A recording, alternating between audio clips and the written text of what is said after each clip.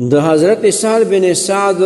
نه روایت دی فرمایي چې نبی کریم صلی الله علیه وسلم فرمایلی چې د الله جل شانو مؤمن او مسلم بنده چې کله حج یا عمره تلبیه وی لبیک اللهم لبیک وی نو د خې طرف ته او چپ طرف ته چې څومره مخلوق دی کاغه بې جان وي په جاندار وي لکه کاڼي او دارنګې ونې بوټي لوټي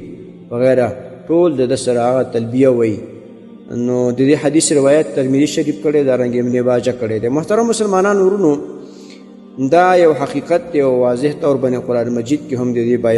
بیان راغلی دی چې د الله جل شانو د پاره تسبیح وی لیکن دا تسبیح چې دا انسانان هغه ناوري نه پوهیږي په د الله جل شانو ټول مخلوقات د الله تسبیحات وی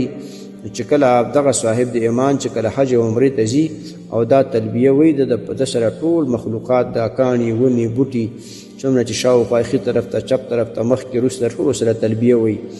نو قرآن پاک هم دغه راځي چې مفهوم یې هم دغه دی چې د الله جل شانه دپاره هر څه تسبیحات وی خو موږ په تاسو د هغې په تسبیحاتو نه پوهېږئ. لہذا حاجیان مبارکان چې کله حج ته ځي عمرې ته ځي او تلبیه وی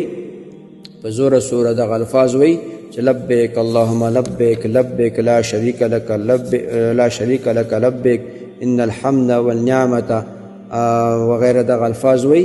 زوره زوره د سره ټول د شاخي طرف ته چپ طرف ته کاڼي بوټي لوټي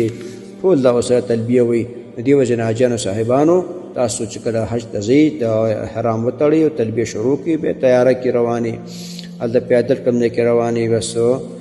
د مکې مکرمې په کوڅو کې روانې په حرام کې نه چې دا څو پورې عمره لا کړي نه وي انشاءالله مسایل به وروسته بیانوو خو بهرحال په دې لاره کې چې ځئ تلبیه په زوره زوره وایاستئ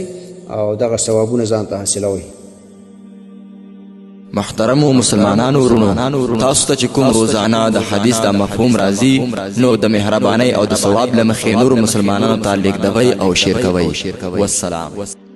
د دیوبندي مسلک حنفي کاروان سټوډیو لخوا وړاندې کیږي.